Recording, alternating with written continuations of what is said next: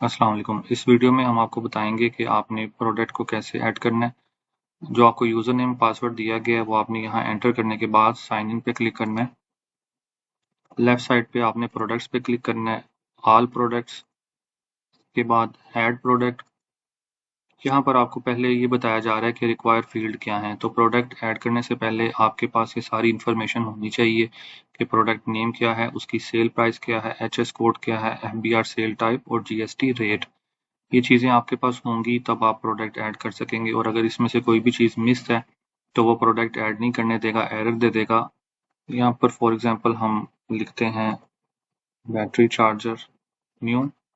इसका अगर कोई आपका कोई कोड है वो रखना चाहते हैं तो वो रख लें।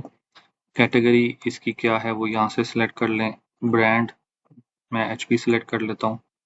इसकी सेल प्राइस फॉर एग्जांपल 3500 कर लेते हैं।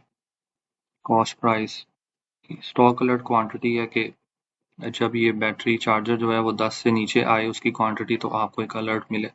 लोकेशन का मतलब ये होता है कि ये आपने बैटरी चार्जर कहाँ पर रखे हैं, कौन से रैक में है या कौन सी ब्रांच में है। इसके बाद यहाँ पर ओपनिंग क्वांटिटी है। अगर ये सॉफ्टवेयर में प्रोडक्ट ऐड करते वक्त आपके पास कोई बैटरी चार्जर स्टॉक में पड़े हुए हैं तो यहाँ ओपनिंग क्वांटिटी में आप डालेंगे। फॉर एग्जांपल मैं यहाँ 5 एंटर करता हूँ। यहाँ पर रेट देना है दे नहीं देना तो उसका कोई मसला नहीं है। नीचे एफबीआर सेटिंग्स हैं, ये मेन चीज़ है, ये बिल्कुल सही होनी चाहिए। तो ये आपको पता होना चाहिए कि आपके बैटरी चार्जर या जो भी प्रोडक्ट आप ऐड कर रहे हैं उसका एचएस कोड क्या है। फॉर एग्जांपल मैं यहाँ पर 8504.4020 ये इसका एचएस कोड है, ये ऐड किया। तो नेक्स्ट टैब में ये FBR unit of measurement automatically यहाँ आ जाएंगे जब आप एचएस कोड एंटर करेंगे। इस ड्रॉप डाउन से आपने इसकी जो सेल टाइप है वो सिलेक्ट करनी है। For example goods at standard rate, उसके आगे जीएसटी खुद ही आ जाएगा। अगर मल्टीपल जीएसटी रेट्स होंगे तो इस ड्रॉप डाउन में मल्टीपल शो कर रहे होंगे, आप उसमें से सिलेक्ट करें।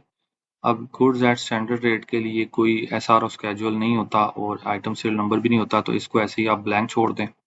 अगर इस पे आपने कोई डिस्काउंट देना है इस प्रोडक्ट पे तो वो यहाँ पर आप ऐड करेंगे परसेंटेज में, एफडी रेट, WST। ये WST होता है sale tax with held at source, ठीक है, एक्स्ट्रा टैक्स, फर्दर टैक्स।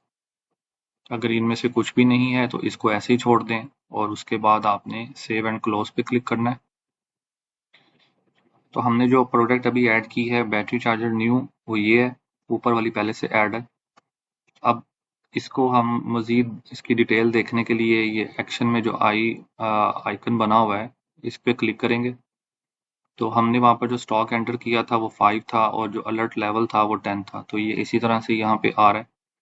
और फर्दर इसकी जो भी हमने detail, sale price, cost price, ये जो भी डिटेल हमने इधर ऐड की थी वो सब यहाँ पर आपको शो हो रही है।